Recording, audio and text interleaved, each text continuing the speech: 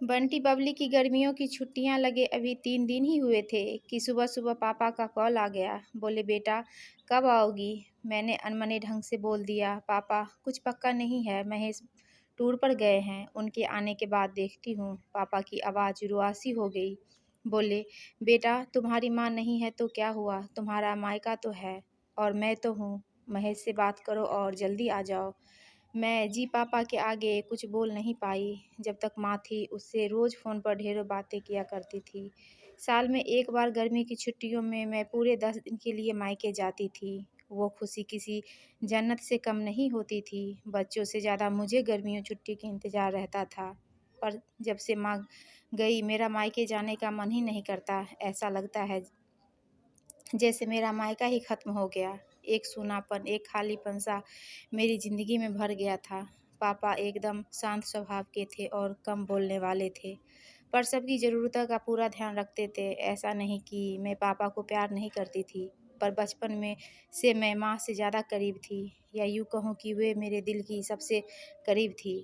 अपने सारे सुख-दुःख एक सहेली की भाँति मैं उनसे साझा करती थी। आज सुबह-सुबह पापा का कॉल आया तो उन्हें मना नहीं कर पाई। पापा का दिल रखने के लिए महेश से बोलकर 2 दिन बाद का टिकट बनवा लिए और पहुंच गई मायके। जैसे ही दरवाजे पर पहुंची, माँ की याद आ गई। ऐसा लगा जैसे वो अभी बाहर निकल कर मुझे गले से लगा लेगी। सोच के आंखें भर आई, किंतु आज माँ की जगह पापा बाहें फैलाए मेरा इंतज़ार कर रहे थे। सालों बाद पापा को गले लगा के खूब रोई। पापा ने अपने आंसू छुपाते हुए प्यार से मेरे सिर पर हाथ फेरा तो दिल में थोड़ा हल्का हो गया। बहुत दिन बाद पापा को देखा, कमज़ोर लग रहे थे। वैसे तो भाई भाभी और पापा सभी मेरा बहुत ध्यान रख रहे थे। बच्चे तो अपने खेल और मस्ती में व्यस्त हो गए थे, पर न जाने क्यों मेरी नज़रें हर पल जैसे माँ को ही ढूंढती थी। आज भी पापा पहले की तरह रोज़ खाने के बाद मेरी मनपसंद कुल्फ़ी लाना नहीं भूलते थे। भाई भी बच्चों को कभी पार्क, कभी चिड़ियाघर तो कभी बाज़ार घुमाने ले जाता था। भाभी भी रोज़ मुझसे पूछकर मेरी पसंद का खाना बनाती थी। सब कुछ पहले की तरह ही था, बस माँ नहीं थी। इस बार मायके में मेरा दिल नहीं लग रहा था। माँ की कमी मुझे बहुत खल रही थी।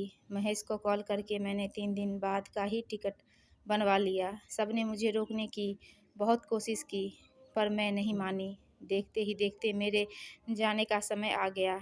आज शाम की ट्रेन से मेरी घर वापसी थी। मैंने सामान पैक करके रख लिया था, बस पापा का इंतज़ार कर रही थी। पापा न जाने सुबह से बिना बताए कहाँ चले गए थे। उनका मोबाइल भी नहीं लग रहा था। मन घबरा रहा था, बिना बताए आखिर कहाँ गए। इधर मेरी ट्रेन का समय भी होता जा रहा था। समझ नहीं आ रहा था कि क्या करूँ। तभी पापा का कॉल आया। बोले पिंकी तुम लोग स्टेशन पहुँच जाओ, मैं सीधे वहीं पहुँच रहा हूँ। हम लोग स्टेशन पहुँच गए। ट्रेन सही समय पर थी। पापा स्टेशन पर हमारा इंतज़ार कर रहे थे। उनके हाथ में एक बॉक्स था, उसमें कुछ देते हुए गले लगाया और बोले इसे ही लेने गया था, इसलिए देर हो गई, संभाल के रखो। मैंने आश्चर्यचकित होते हुए पूछा इसमें क्या है। पापा की आंखें भर आई। अपने आंसू पोंछते हुए बोले तुम्हारी माँ का प्यार। कुछ समझती तभी ट्रेन आ गया। हमें ट्रेन में बैठा के पापा और भाई ने विदा कर दिया। मेरी नज़रें से ओझल होने तक पापा वहीं खड़े हाथ हिलाते रहे। मैं भी एकटक न जाने कब तक बाहर खिड़की से उन लोगों को ही निहारती रही। तभी बेटे ने आवाज़ दी और मेरे हाथ में एक चिट्ठी थमाते हुए कहा मम्मी नाना जी ने ये आपके लिए दिया है। मैंने तुरंत चिट्ठी खोली। मेरी प्यारी बिटिया रानी सदा सुख खुश रहो। जब तक तुम्हारी माँ थी तुम्हारी हर छोटी बड़ी बात का ख्याल रखती थी। मैं जानता हूँ कि मैं तुम्हारी माँ की जगह तो नहीं ले सकता, पर उनकी कमी की पूर्ति करने की कोशिश तो कर ही सकता हूँ। आज तुम्हारी माँ होती तो हमेशा की तरह अपने हाथों से तुम्हारे लिए बड़ी पापड़ अचार बना के साथ भेजती। माँ के हाथ का तो नहीं, पर उसके स्वाद जैसा सब बनवा सामान एक दुकानदार से बनवाने की कोशिश की है। उम्मीद है तुम्हें पसंद आएगा। और हाँ बेटा, माँ नहीं है तो क्या हुआ, तुम्हारा मायका है और हम तो है ना। पहले की तरह तुम्हारा इंतज़ार रहेगा। ढेर सारे प्यार और आशीर्वाद के साथ तुम्हारे पापा। पत्र पढ़ते पढ़ते मेरी आंखों से आंसू की धारा बहने लगी। सहसा मेरे मुंह से निकला, आई लव यू पापा। बात छोटी सी थी पर उसमें अथाह प्यार समाहित था। ये सिर्फ मैं ही महसूस कर सकती थी। मायके से घर आए 1 महीने बीत गया था। अब पापा से रोज एक बार कॉल करके मम्मी की तरह घंटों बातें किया करती हूँ।